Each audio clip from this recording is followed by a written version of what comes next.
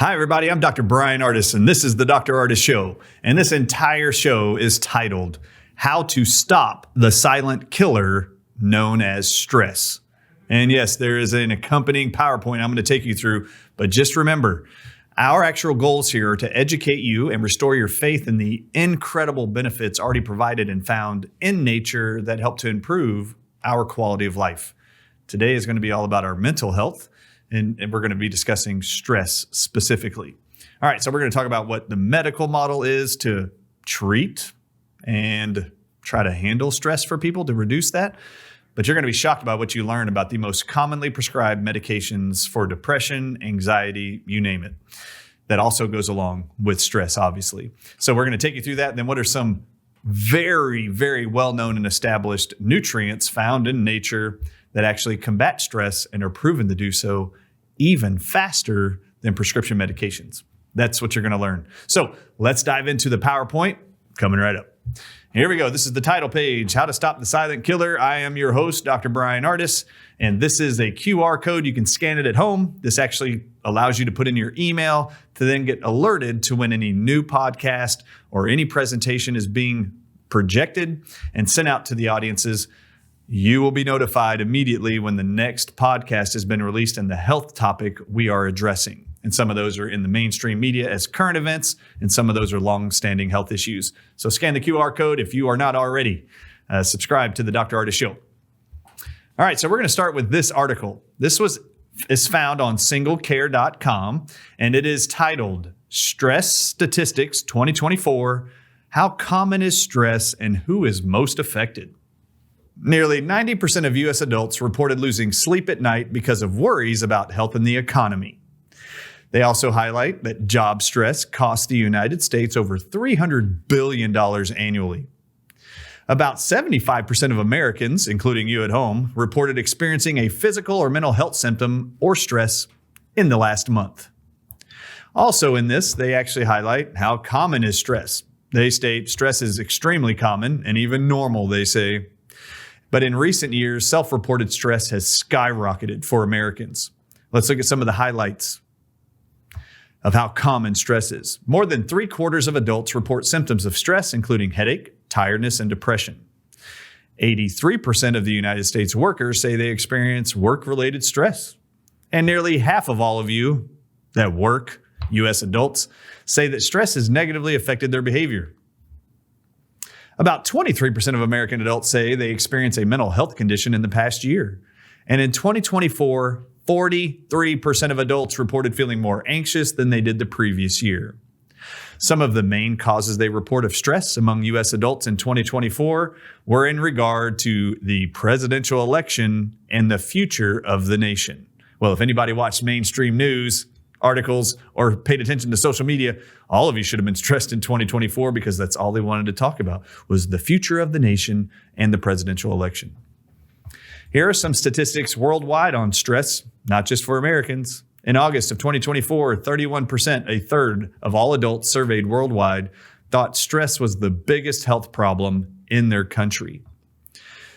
The British Medical Journal reported approximately 284 million people worldwide have an anxiety disorder. Now let's get into what are the conventional treatments you're going to be offered if you feel like you're suffering from the effects of stress, depression, anxiety. We're going to only highlight the top 3 drugs prescribed to treat anxiety and stress. Those drug names you see on the screen are sertraline, which is another name for the brand name drug Zoloft. Citalopram, which is the generic name of the actual brand name drug called Celexa.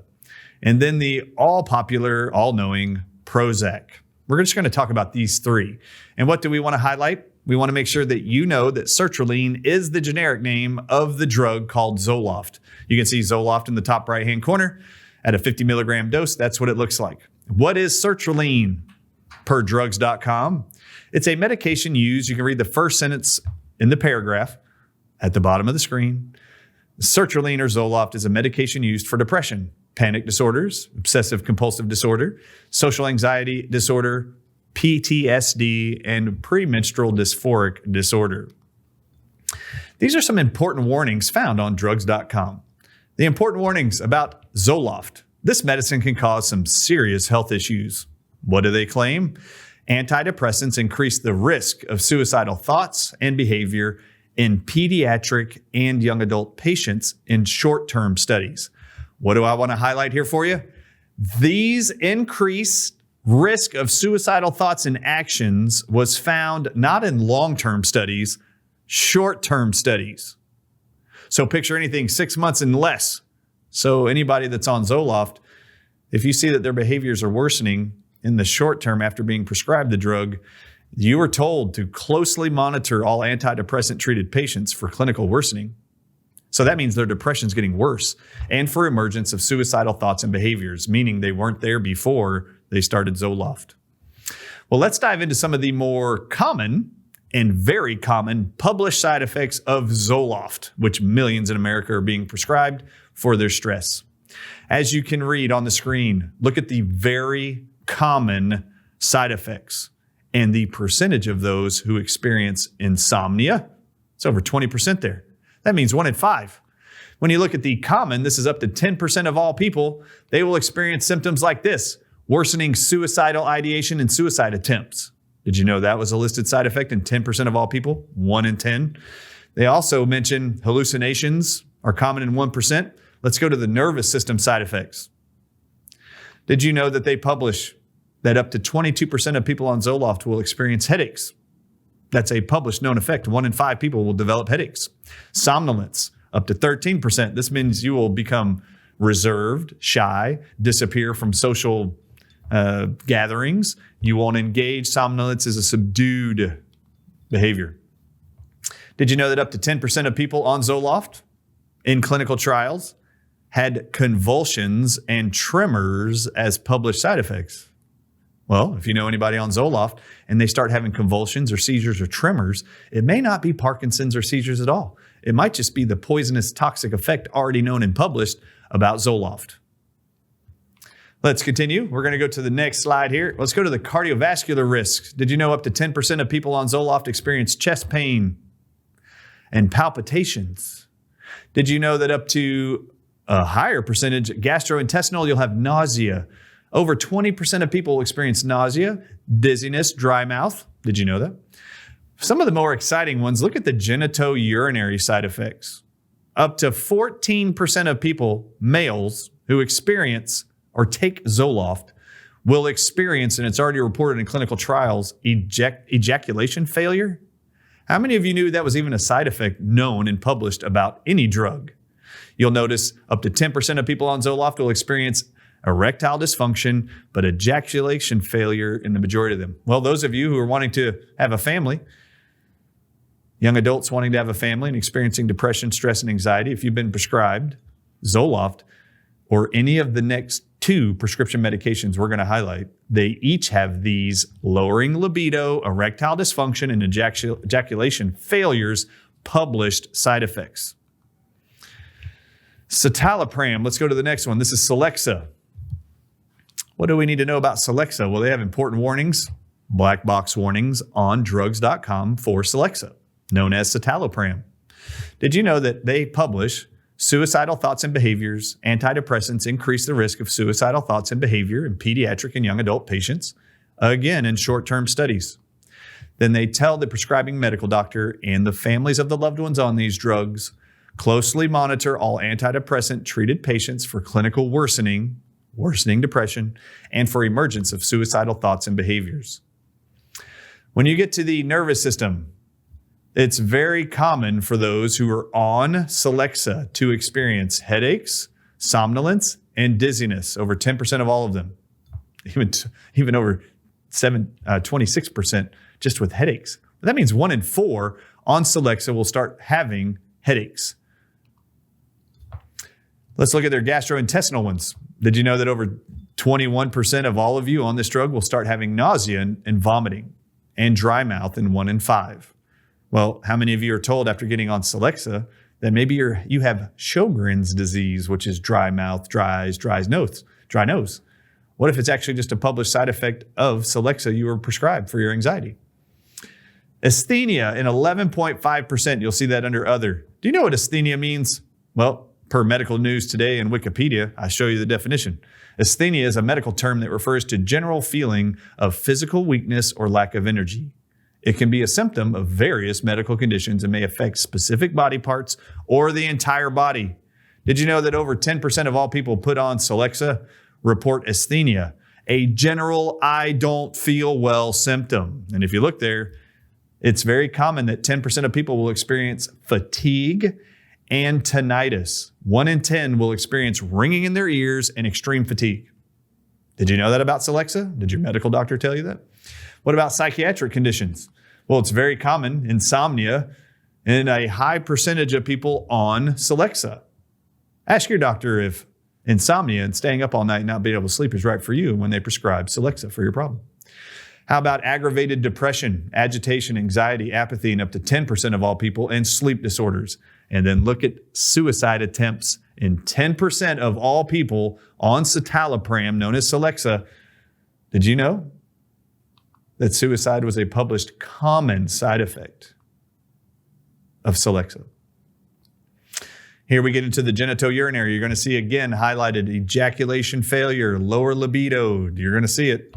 What about respiratory? Did you know up to 10% of all people on Celexa will actually contract upper respiratory tract infections, sinusitis, coughing, and pharyngitis? Ask your doctor if respiratory illness is right for you when they prescribe Celexa.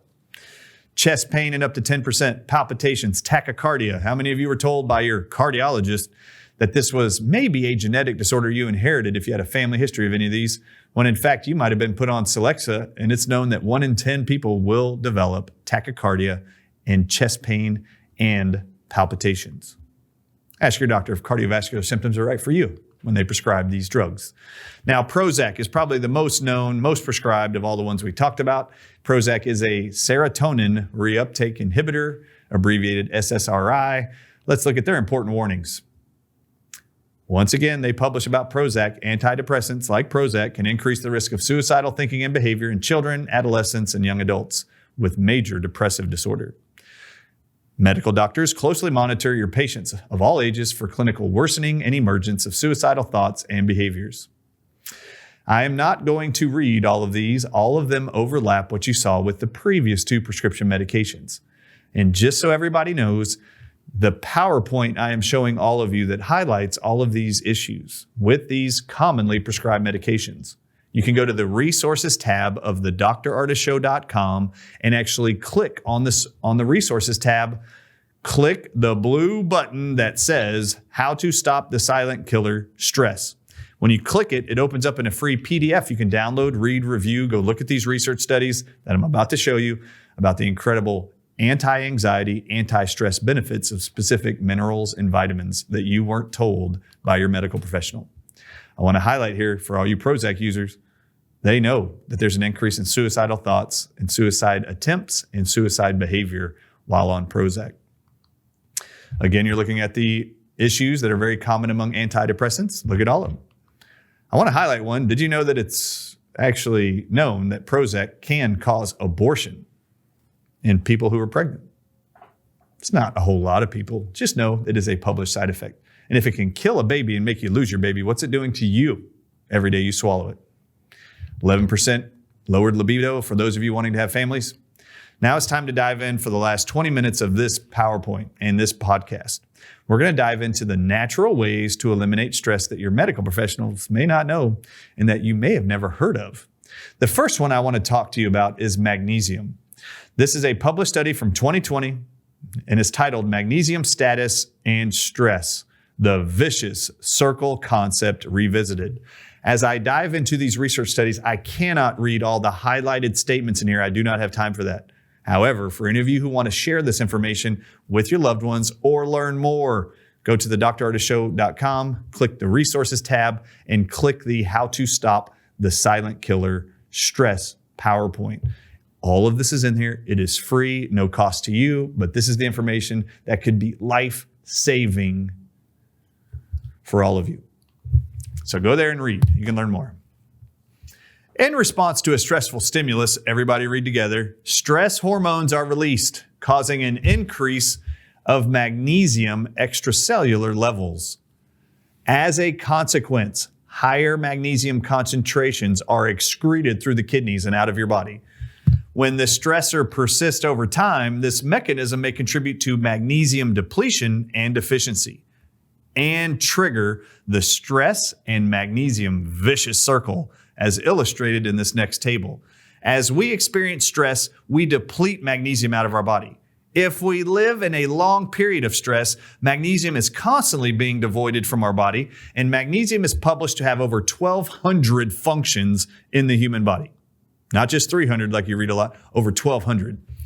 Comprehensively, both preclinical and clinical studies results point to the bidirectional relationship between magnesium levels in your body and your stress levels. Read the last statement. Magnesium deficiency can induce symptoms and increase your susceptibility to stress. And acute and chronic stress can precipitate magnesium deficiency. I love magnesium.